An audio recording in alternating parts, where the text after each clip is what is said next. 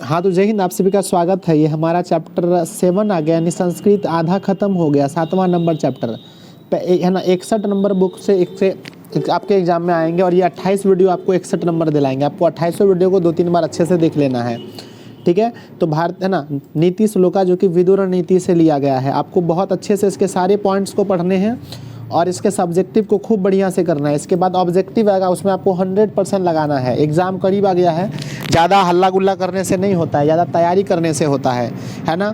तो प्यारे साथियों, आपको बहुत बढ़िया से मेहनत करना है। तो सारे इंपॉर्टेंट टॉपिक को आप आत्मसात कर लीजिए, यानी याद कर लीजिए। इस पाठ के श्लोक महाभारत के उद्योग पर्व से लिया गया। एग्जाम में पूछा जाएगा नीति श्लोक कहाँ से लिया गया है, तो आंसर दीजिएगा महाभारत से। महाभारत के और पूछे महाभारत के कहाँ से, तो उद्योग पर्व से। नेक्स्ट है हमारा नीति श्लोका पाठ जो है विदुर नीति से लिया गया है। एग्जाम में क्वेश्चन आएगा नीति श्लोका पाठ कहाँ से लिया गया है, तो विदुर नीति से। नेक्स्ट है हमारा, इसके रचनाकार कौन है, तो महात्मा विदुर। नीति श्लोका पाठ के रचनाकार महात्मा विदुर हैं और ये महाभारत के विदुर नीति से लिया गया है, उद्योग पर्व से। अगला है कि नीति श्लोका पाठ में धृतराष्ट्र द्वारा पूछे गए प्रश्न हैं और महात्मा विदुर के उत्तर हैं। एग्जाम में पूछा जाएगा कि नीति श्लोका पाठ में किसके प्रश्न है, तो आंसर मारिएगा धृतराष्ट्र के। किसके उत्तर हैं, महात्मा विदुर के। विदुर नीति कैसा ग्रंथ है, तो आंसर मारिएगा विदुर नीति एक प्रकार का प्रश्नोत्तर ग्रंथ है, क्योंकि इसमें प्रश्न और उत्तर हैं। भगवत गीता महाभारत के जैसे ही विदुर नीति भी एक स्वतंत्र ग्रंथ है। एग्जाम में क्वेश्चन आएगा भगवत गीता और महाभारत के जैसे ही कौन एक स्वतंत्र ग्रंथ है, आंसर मारिएगा विदुर नीति।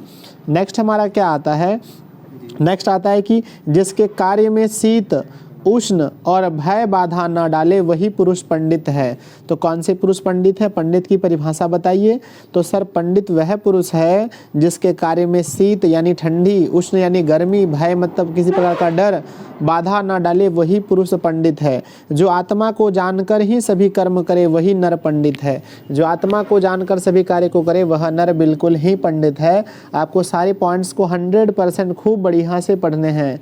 अगला हमारा आता है कि जो बिना बुलाए आए, बिना पूछे बोले, जो अविश्वासी पर विश्वास करे वही पुरुष मूर्ख या नराधम है। एग्जाम में क्वेश्चन आता है जो बिना बुलाए आए ऐसे पुरुष को क्या कहते हैं, तो प्यारे बच्चों ऐसे पुरुष को नराधम कहा जाता है। जो बिना बुलाए आए ऐसे पुरुष को नराधम कहते हैं। क्षमा सबसे बड़ा धर्म है। एग्जाम में क्वेश्चन आता है कि सबसे बड़ा धर्म क्या है, उत्तर दीजिएगा क्षमा। विद्या से क्या मिलती है, तो विद्या से प्यारे साथियों हमें परम तृप्ति मिलती है। परम तृप्ति किससे मिलती है, विद्या से मिलती है। अहिंसा से क्या मिलता है, सुख मिलता है। सुख किससे मिलता है, अहिंसा से मिलता है। काम क्रोध और लोभ, लोभ लिखा गया है, जो लोग हमारा पेड नोट्स खरीदे हैं इसको ठीक कर लीजिएगा। लोभ होगा, क्या होगा, लोभ।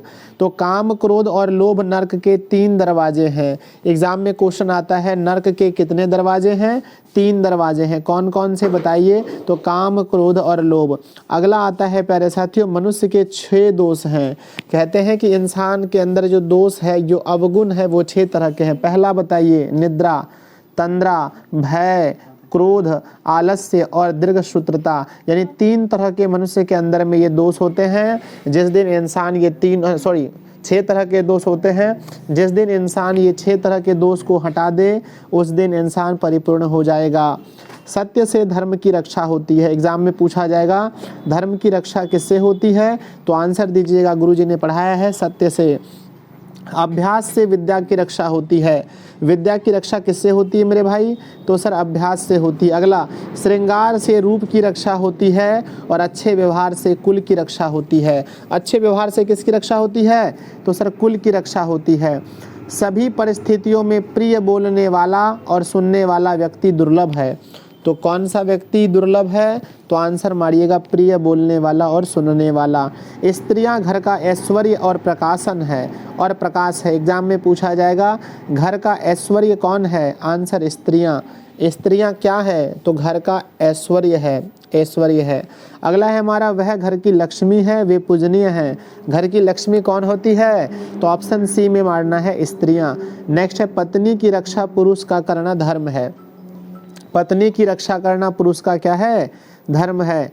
अपसय विनायक को नाश करती है, अर्थात अलक्षण आचरण आचार का नाश करती है। यानी अगर आपके लक्षण बुरे हो गए, आपके चाल चलन बुरे हो गए, तो आपके परिवार का जो है ना उनका जो है ना अपशय है वो क्या हो जाएगा, ख़त्म हो जाएगा। यानी उसके जो प्रतिष्ठा है समाज में वो समाप्त हो जाएगा। तो सारे पॉइंट्स को आपको खूब अच्छे से पढ़ लेने हैं। नर्क के कितने दरबार हैं?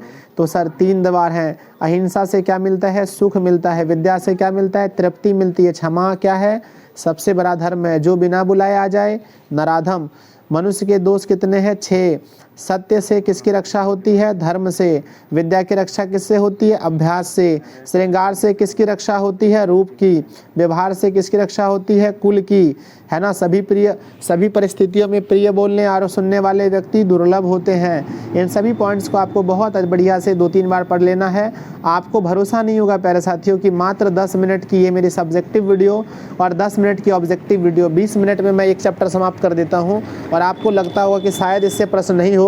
जो चैप्टर आप 20 मिनट में समाप्त करते हैं उस चैप्टर को बनाने में मुझे कई घंटे लगे हैं, लेकिन एक जगह आपके सामने रखा है, इसलिए आपको बहुत आसान लग रहा होगा। आइए पढ़ते हैं इस चैप्टर का हम लोग सब्जेक्टिव। बस आप मेरे ऊपर भरोसा करके सारे क्वेश्चंस को पढ़ लीजिए।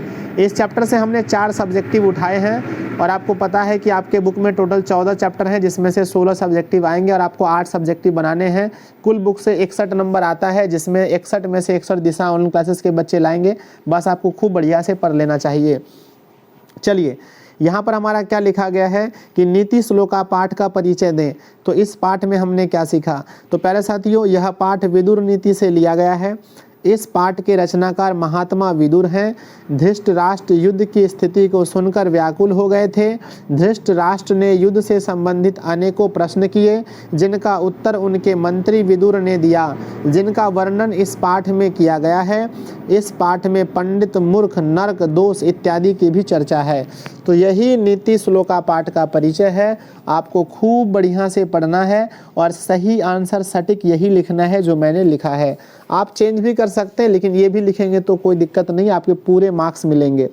नेक्स्ट है हमारा, ऐश्वर्य या विकास चाहने वाले लोगों को कितने दोष त्याग देने चाहिए और कौन कौन से दोष त्याग देने चाहिए?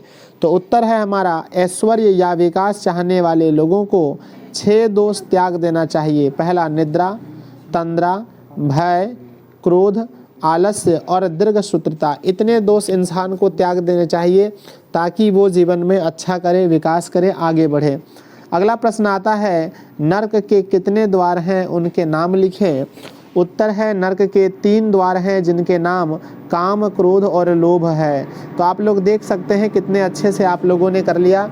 लास्ट प्रश्न हमारा आता है, नराधम व्यक्ति किसे कहते हैं? तो उत्तर है, वैसे व्यक्ति जो कहीं बिना बुलाए जाए, बिना पूछे बोले या जो अविश्वासी पर विश्वास करे, उन्हें नराधम व्यक्ति कहा जाता है। तो क्या आप भी बिना बुलाए कहीं जाते हैं? क्या आप भी बिना पूछे किसी के बीच में बोल देते हैं? क्या आप भी अविश्वासी पर विश्वास करने लगते हैं? अगर आप ऐसा करते हैं तो आप भी मूर्ख हैं। मूर्ख की यह पहचान है। एक बार एक राजा एक रानी अपनी सखियों के साथ कुछ बात कर रही थी। बीच में राजा आ गए। राजा ने बोला, महारानी सुनना इधर। तो महारानी ने बोला, बोलो मूर्ख क्या कहते हो, या बोलिए मूर्ख क्या कहते हो। तो राजा बड़ा अचंभित हो गया और राजा ने पूछा कि राजा अपने दरबार में आकर के बैठ गए और अपने मंत्रियों में से सबसे जो महान मंत्री थे उसे पूछा कि आज मेरी पत्नी ने मुझे मूर्ख क्यों कहा। तो बोला, क्या आपने कुछ ऐसा किया, कुछ गलती की? तो बोला, नहीं मैंने तो नहीं की, बस रानियां अपने सहेलियों के साथ बात कर रही थी, बीच में जाकर के मैंने बोला। तो देखिए, जो बीच में बोले, 2 व्यक्तियों के बीच अगर 2 व्यक्ति बात कर रहा है, आर्ट ऑफ कन्वर्सेशन है ये, कि जब 2 व्यक्ति बीच में बात कर रहा है तो बीच में आपको नहीं बोलना चाहिए, ठीक है ना। ऐसे कहना ना, जो व्यक्ति ऐसा करते हैं वह मूर्ख कहलाते हैं। तो प्लीज़ अगर आप लोग ऐसा करते हैं बच्चों तो मत कीजिएगा, ठीक है। तो आपका ये चैप्टर नंबर क्या है, 7 आपका कंप्लीट हो गया। आप सभी को बहुत बधाई हो क्योंकि आधा बुक आप लोग पढ़ चुके हैं, ठीक है। आपको पता भी नहीं चलेगा कब आपका पूरा तैयारी हो जाएगा, ठीक है। तो अब इसका एक वीडियो दूसरा आ रहा है जिसका नाम होगा ऑब्जेक्टिव वीडियो। इसके बाद वाला नीचे लिंक दिया गया, जाइए वहां से क्लिक करके आप सारे वीडियो है ना ऑब्जेक्टिव टेस्ट लगा लीजिए। इससे पहले वाली वीडियो अगर 6 चैप्टर नहीं देखा तो उसका भी प्ले लिस्ट है, उसको देख लीजिए। हिंदी नहीं पढ़ा तो उसका लिस्ट है, वर्णिका जो पढ़ना है सबका प्ले लिस्ट बना है, जाकर के आप पढ़ लीजिए। धन्यवाद, मिलते हैं अगली वीडियो में। टेलीग्राम पर क्विज देना ना भूलें रात के 9 बजे।